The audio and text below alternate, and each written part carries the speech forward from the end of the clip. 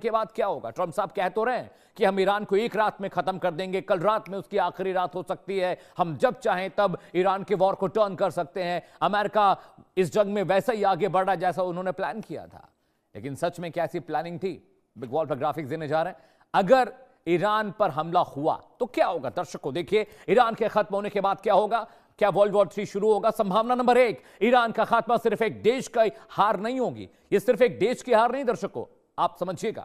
संभावना नंबर 2, पूरी दुनिया का पावर बैलेंस बिगड़ जाएगा। अगर ईरान खत्म हुआ तो पूरी दुनिया का पावर बैलेंस बिगड़ेगा, इस पर भी गौर करने की जरूरत है। संभावना नंबर 3 आपकी स्क्रीन पर दर्शकों आने जा रही है। ईरान हटते ही पूरा क्षेत्र अस्थिर हो जाएगा, यानी ईरान खत्म हुआ, पूरा गल्फ, पूरा मिडिल ईस्ट अस्थिर हो जाएगा। संभावना नंबर 4 आपकी स्क्रीन पर आने जा रही है। ईरान के खत्म होने के बाद क्या होगा? सऊदी अरब, इजराइल, तुर्की दबदबा बढ़ाने के इलाके में कोशिश करेंगे, इससे तनाव और ज्यादा बढ़ जाएगा दर्शकों, मुश्किल और बढ़ेगी। संभावना नंबर 5 आपकी स्क्रीन पर, छोटे छोटे मिलिशिया गुट सत्ता के लिए लड़ेंगे।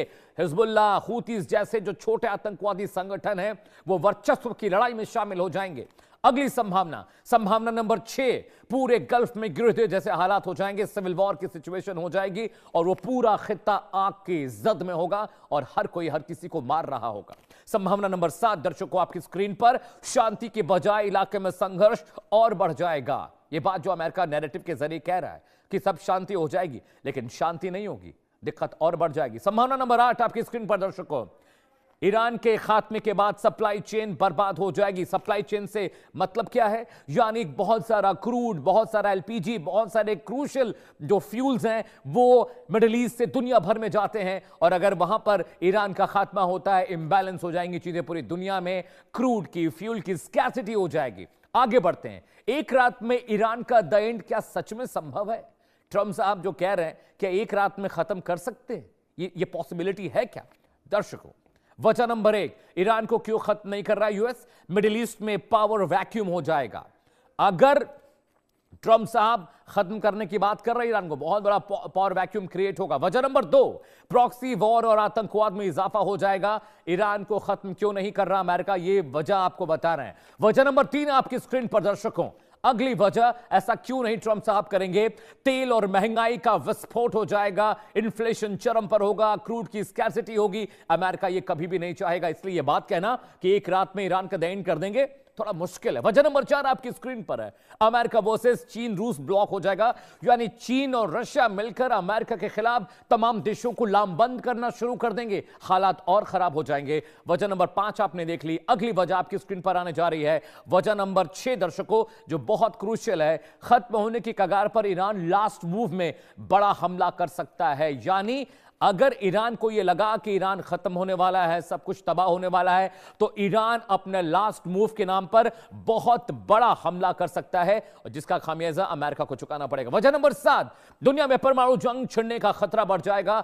अगर ट्रंप साहब ने ईरान को खत्म किया जोर जबरदस्ती के साथ, तो परमाणु हमले का खतरा होगा, दुनिया जलने लगेगी। वजह नंबर 8 आपकी स्क्रीन पर, छोटे देश डरेंगे कि अगला नंबर कहीं उनका तो नहीं आ गया, एक इनसिक्योरिटी पूरी दुनिया में फैल जाएगी। वजह नंबर 9 आपकी स्क्रीन पर दर्शकों, जिस पर हम चर्चा भी करेंगे पैनल के साथ, अंतरराष्ट्रीय नियम कमजोर पड़ेंगे, तो क्या पहले कमजोर नहीं थे जो अब ज्यादा कमजोर हो जाएंगे? वजह नंबर 9 आपने देख ली। वजह नंबर 10 आपकी स्क्रीन पर आने जा रही दर्शकों, जिसकी ताकत उसका दबदबा वाला दौर आ जाएगा, यानी जो ताकतवर है, survival of the fittest, Darwin का सिद्धांत, जो ताकतवर होगा वही दुनिया पर राज करेगा।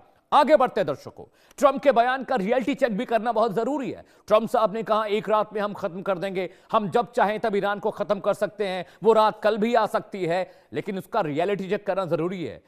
ये ईरान इतना भी आसान नहीं है। ट्रंप साहब जिस तरह की बातें आप प्रेस कॉन्फ्रेंस में बोलते हैं, इंटरनेशनल फ्रेटर्निटी को सुनाने के लिए रियलिटी चेक भी जरा कर लेते हैं कि आखिरकार क्या ट्रंप साहब की बात का रियलिटी चेक किया। Reality check number 1, one night finish technically मुमकिन नहीं है ईरान के लिए। ट्रंप कह रहे हैं कि एक रात में खत्म कर देंगे, टेक्निकली ये मुमकिन नहीं, वन नाइट फिनिश का कॉन्सेप्ट यहां नहीं लगा सकते भाई साहब। रियलिटी चेक नंबर 2, ईरान एक टारगेट नहीं है, पूरा सिस्टम है, पूरी दुनिया, पूरा कंट्री उसकी तरफ निगाह लगाकर बैठा, और वो देश बहुत बड़ा है। तो उसको आप एक रात में खत्म नहीं कर सकते। रियलिटी चेक नंबर 3 ट्रंप के बयान का, ईरान में फौज, मिसाइल बेस, पहाड़ी बंकर, अंडरग्राउंड फैसिलिटीज हैं, तो आप एक रात में कैसे ईरान को खत्म कर सकते हैं? महीने भर से ज्यादा की जंग में आप उसको झुका नहीं पाए जब। रियलिटी चेक नंबर 4, ईरान का जवाबी हमला बहुत भारी पड़ सकता है अमेरिका पर भी, खाड़ी देशों पर भी, इजराइल पर भी। रियलिटी चेक ट्रंप के बयान का मतलब क्या है? यह ईरान आसान नहीं है। रियलिटी चेक नंबर 5 आपकी स्क्रीन पर, क्या सच में ईरान को खत्म किया जा सकता है एक रात में? ईरान के पास ballistic missile, drone, local network है, आप उसको मारेंगे तो क्या वो चुपचाप बैठा रहेगा ट्रंप साहब? रियलिटी चेक नंबर 6 आपकी स्क्रीन पर दर्शकों, इजराइल खाड़ी देश यूएस बेस पर हमला करेंगे, खाड़ी देशों पर हमला बढ़ जाएगा, यूएस बेस पर हमला बढ़ जाएगा, पूरा का पूरा मिडिल ईस्ट तबाह और बर्बाद हो जाएगा। अभी थोड़ी संभावना है उसके बचे रहने की।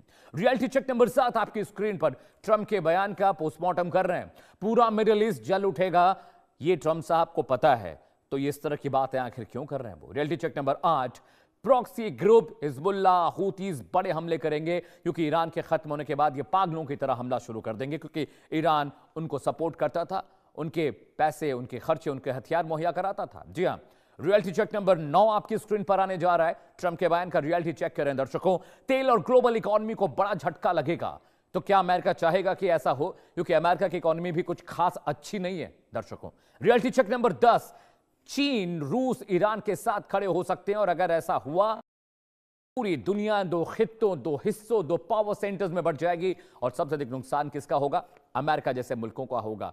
आगे बढ़ते हैं दर्शकों। जी हां, अमेरिका वर्सेस चीन रूस ब्लॉक की बात कर लें तो जंग की नई बिसात क्या होती है? अगर चीन और रशिया उसके खिलाफ आ गए अमेरिका के, तो क्या होगा? कुछ संभावनाएं लेकर आया हूं दर्शकों आपके लिए, उन संभावनाओं पर चर्चा बहुत जरूरी है, उन संभावनाओं को समझना बहुत जरूरी है। संभावना नंबर 1, चीन रूस पहले से ही ईरान के बहुत करीब हैं, न्यूक्लियर वेपन डेवलपमेंट में मदद कर रहे हैं, उनसे क्रूड खरीद रहे हैं, उनको वॉर टेक्नोलॉजी दे रहे हैं। संभावना नंबर 2, ईरान के खात्मे के बाद रूस, चीन, अमेरिका के खिलाफ खड़े हो सकते हैं। यह बहुत बड़ा मौका मिलेगा एंटी अमेरिकन कंट्रीज को उसके खिलाफ खड़े होने का, अगर वो ईरान को खत्म करता है। संभावना नंबर 3, नए वर्ल्ड वॉर जैसे हालात पैदा हो जाएंगे। आपको वर्ल्ड वॉर 1 और 2 याद होगा, संभावना ऐसी ही थी, बस टेक्नोलॉजी थोड़ी मध्यम थी, लेकिन कमोबेश हालात वही बनने वाली है।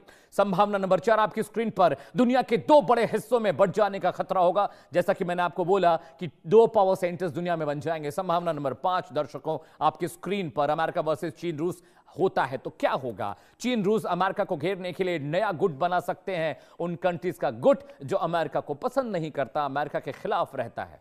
ठीक है दर्शकों, आगे बढ़ते हैं। अब अमेरिका के खिलाफ संभावित लामबंदी अगर होगी, अमेरिका के खिलाफ अगर मुल्क खड़े होते हैं, तो कौन कौन से मुल्क ऐसे होंगे जो अमेरिका के खिलाफ खड़े हो जाएंगे, जो रशिया के साथ, चीन के साथ इस गुट का हिस्सा बन जाएंगे और अमेरिका के खिलाफ लड़ने को तैयार होंगे? पहला देश नंबर 1, उत्तर कोरिया दर्शकों। उत्तर कोरिया पहला मुल्क होगा जो अमेरिका के खिलाफ चीन और रशिया का साथ देने के लिए खड़ा होगा। देश नंबर 2 आपकी स्क्रीन पर, सीरिया, कमजोर है, छोटा है, लेकिन अमेरिका को पसंद नहीं करता, उसके लिए बड़ा मौका होगा। देश नंबर 3 आपकी स्क्रीन पर दर्शकों, अमेरिका के खिलाफ कौन कौन लामबंद हो सकता है, संभावना है। बेलारूस तीसरा मुल्क है जो अमेरिका के खिलाफ खड़ा हो जाएगा अगर रशिया और चीन के साथ गुटबंदी होती तो। संभावनाओं पर बात करें, देश नंबर 4 दर्शकों आपकी स्क्रीन पर, तुर्की एक मुल्क ऐसा है, यह भी अमेरिका के खिलाफ खड़ा हो सकता है, मिडिल ईस्ट का देश। अगला देश जो अमेरिका के खिलाफ चीन और रशिया का साथ दे सकता है, पूरी लिस्ट लेकर आए हैं, कतर एक मुल्क है संभावित, यह भी संभावना है कि कतर भी अमेरिका के खिलाफ खड़ा हो जाए। देश नंबर 6 आपकी स्क्रीन पर आने जा रहा है। ये 2 अगले जो 2 मुल्क हैं, ये तो अमेरिका के खिलाफ अभी से हैं, आगे और ज्यादा मजबूती से हो जाएंगे। देश नंबर 6 आपकी स्क्रीन पर है दर्शकों, लेबनान एक ऐसी कंट्री है जो अमेरिका को बिल्कुल पसंद नहीं करती, वहां पर जो प्रॉक्सीज हैं ईरान के, वहां से लगातार हमला कर रहे हैं इजराइल पर। अगला देश नंबर 7 आपकी स्क्रीन पर दर्शकों, हम यमन की बात कर रहे हैं। यमन भी अमेरिका के खिलाफ लामबंद हो सकता है रशिया और चीन के साथ मिलकर। अगला देश जिसका हम नाम बताने जा रहे हैं आपको, देश नंबर 8 आपकी स्क्रीन पर आने जा रहा है दर्शकों, उस मुल्क का नाम ब्राजील है। ब्राजील भी अगला एक ऐसा मुल्क होगा जो रशिया चीन के गुट में शामिल हो सकता है अमेरिका के खिलाफ। ये संभावित देशों की लिस्ट हम आपको दिखा रहे हैं, हम ये नहीं कह रहे ऐसा हो जाएगा, बट ये संभावनाएं हैं, और वॉर में संभावनाओं पर सारा खेल होता है।